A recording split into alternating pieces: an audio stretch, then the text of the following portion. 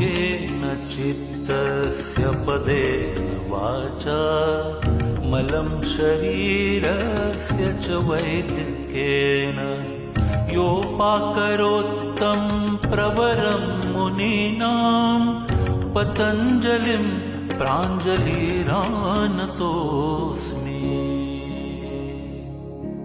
योगेन चित्तस्य पदेन वाचा मलं शरीरस्य च वैद्यकेन योपाकरोत्तं प्रवरं मुनीनां पतञ्जलिं प्राञ्जलिरानतोऽस्मि।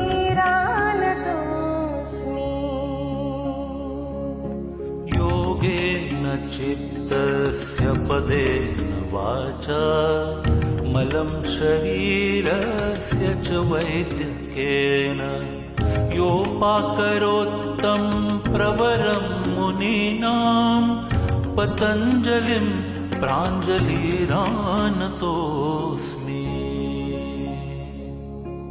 योगेन चित्तस्य पदेन